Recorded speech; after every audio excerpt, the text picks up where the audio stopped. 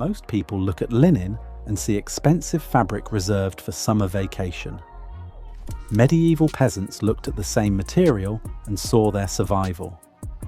They understood something about linen that kept them warm in winter, cool in summer, and protected them from infections that killed half the children in any given village. We're talking about knowledge that sustained entire civilizations for over 8,000 years. Knowledge that's been almost completely erased in just 2 generations. Today, we're diving into the science of why medieval linen worked and why your cotton and polyester don't. Our story starts in 1345, right when the bubonic plague was at its worst. Back then, the doctors noticed something strange. Linen bandages kept wounds clean, while wool bandages turned small cuts into deadly infections. Guy de Chauliac, the 14th century physician, recommended linen compresses for treating plague buboes because the fabric performed better than other materials available. He couldn't explain why. The germ theory of disease wouldn't be discovered for another 500 years, but medieval people already knew from generations of experience that linen reduced skin infections and that people who wore it close to their skin simply got sick less often.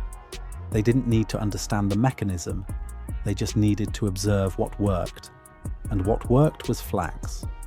The same plant that gave them rope for their ships, oil for their lamps, and seeds for their livestock also gave them the fabric that became their first line of defense against a world that could kill you from a simple scratch. For 3,000 years, from ancient Egypt through the medieval period and into the early 20th century, linen dominated textile production across Europe. Flax fibers used for textile production date back over 30,000 years, with evidence found in caves in the Republic of Georgia. Organized linen weaving began in ancient Egypt around 5000 BCE. By the 13th century, Flanders had become the center of European linen production, with cities like Ghent, Bruges, and Ypres exporting high-quality linen across the continent. It was fundamental infrastructure rather than a fashion trend. Every peasant household grew flax in small dedicated plots, typically half an acre to 2 acres, alongside food crops. Every woman knew how to process it. The skills passed from mother to daughter as automatically as reading passes today. Records from medieval England prove flax was huge business. Families grew it for their own clothes and to sell for money. It was bedding, bandages, towels, undergarments, sails, sacks for grain storage, and thread for sewing everything else together. Then came the year 1793, which would change the fate of linen forever. Eli Whitney patented the cotton gin. That single machine could process more cotton in a day than 50 workers could process by hand. Cotton cultivation exploded. It was cheaper to grow, faster to process, and most importantly for the factory owners, it could be produced at massive scale using enslaved labor in the American South. By 1850, cotton had overtaken linen as the dominant fiber in Europe and North America. British cotton textile production increased 40-fold between 1785 and 1850, while linen production stagnated. By the 1950s, flax production in England had virtually disappeared. Ireland remained the last major linen producer in the British Isles, though production there also collapsed from 75,000 workers in 1900 to fewer than 10,000 by 1970. We replaced a fabric that had sustained human civilization for millennia with something cheaper and faster. And then, starting in the 1960s, we replaced cotton with something even cheaper. Petroleum-based synthetic fabrics, polyester, nylon, acrylic. Today, roughly 63% of all clothing produced globally contains plastic fibers. You're probably wearing some right now. That switch cost us 3 things medieval people had that we lost. The first one is something you can feel on your skin in the next 10 seconds. The second affects how you sleep tonight. The third one is in your bloodstream right now, whether you know it or not. Let's start with the properties linen had that we're only now beginning to understand through modern materials science. Linen fibers are hollow inside, like tiny straws. This structure stops bacteria from growing. Cotton and polyester can't do this. Laboratory studies prove linen stops bacterial growth better than any other fabric. This is why medieval peasants could wear the same linen shirt for weeks during 12-hour harvest days without it reeking, while your polyester gym clothes smell disgusting after 20 minutes. But here's what matters for anyone dealing with hot flashes, night sweats, or just trying to sleep through a summer night without waking up drenched. Linen can absorb up to 20% of its weight in moisture before it even feels damp to the touch. Cotton manages about 7 to 8%. Polyester? Less than 1%. That's why your synthetic workout clothes feel soaked after 20 minutes of light exercise. The fabric can't absorb what your body is producing. It just sits on your skin. Now let's talk about what medieval people understood about temperature regulation. This is where the real genius of linen becomes clear. You've probably heard that linen is a cool summer fabric. That's true, but it's only half the story.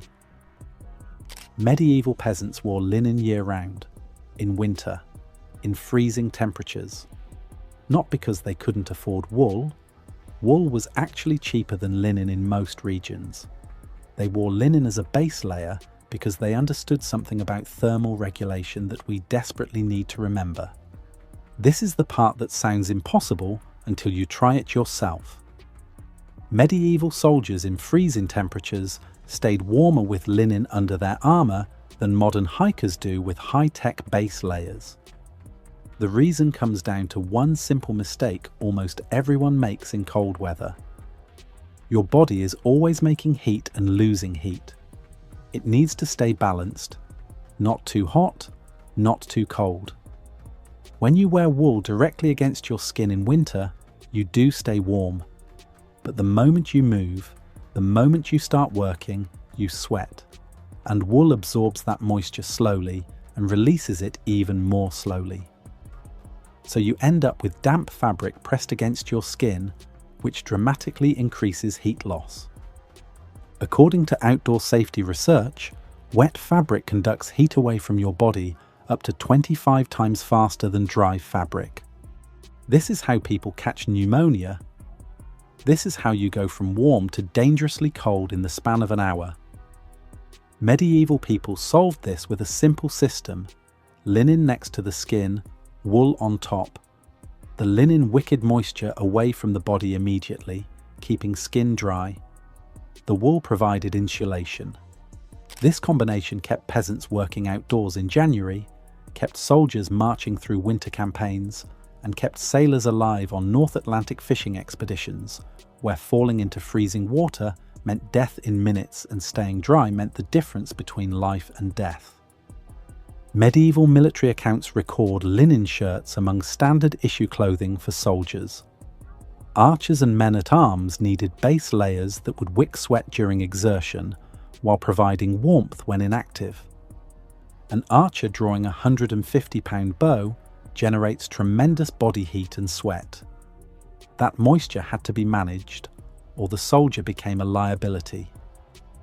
The linen shirt under a wool tunic created a microclimate that kept fighting men functional in conditions that would incapacitate someone wearing modern layering systems. Here's the test you can do right now if you have any linen in your house. Take a linen towel or shirt and hold it against your face. Notice the texture. It feels slightly rough, almost scratchy compared to cotton. That roughness is the fiber structure working. Now breathe warm, moist air through it.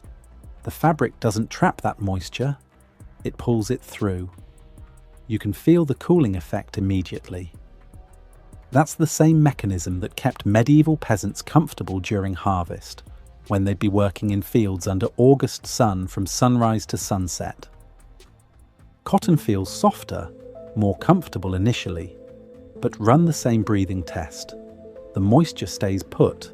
It saturates the fabric. This is why cotton is dangerous in cold weather hiking. Every outdoor survival guide tells you the same thing: cotton kills. But they rarely mention what people used before cotton became the standard. They used linen. Although it's true that cotton and polyester are cheaper and easier to produce, they came with a price. And once you understand the differences in production, you will never want to get a cotton shirt again. The processing of flax into linen was one of the most labor-intensive crafts in medieval Europe. But that intensity came with quality. Flax plants were pulled from the ground by hand, not cut, because the full length of the stem produced the longest, strongest fibers. Then came retting. The harvested flax was submerged in water for 5 to 7 days, allowing naturally occurring bacteria to break down the pectin that held the fiber bundles together.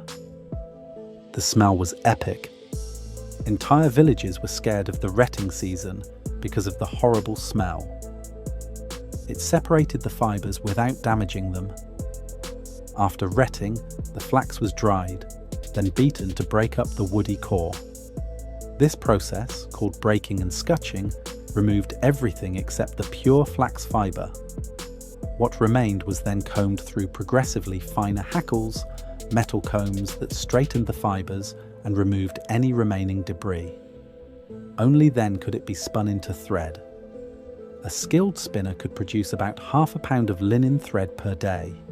For reference, that's enough thread to weave roughly 1 square foot of fabric. Compare that to modern polyester production.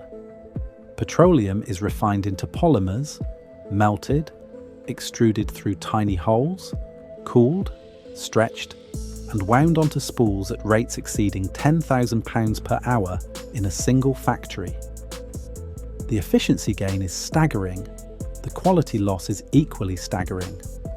Household inventories from late medieval Europe show that linen was valuable enough to be listed in wills and estate records, passed down through generations as durable household goods. High-quality linen's longevity made it an investment rather than a disposable item. Museum collections contain linen altar cloths from the 13th century that show minimal wear despite 500 years of handling. Modern clothing is designed to fail. Industry studies show that inexpensive synthetic garments lose shape, pill, and degrade significantly within their first year of regular use. Fast fashion depends on rapid replacement cycles. Medieval linen represented the opposite philosophy. Make it once. Make it well. Use it for decades. Here's why it matters to you today.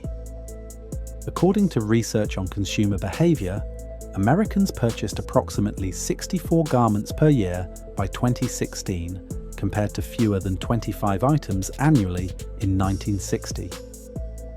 We're not buying more clothes because we need them. We're buying more clothes because they fall apart, and because they're so cheap that replacement becomes easier than repair. A polyester shirt at a big box store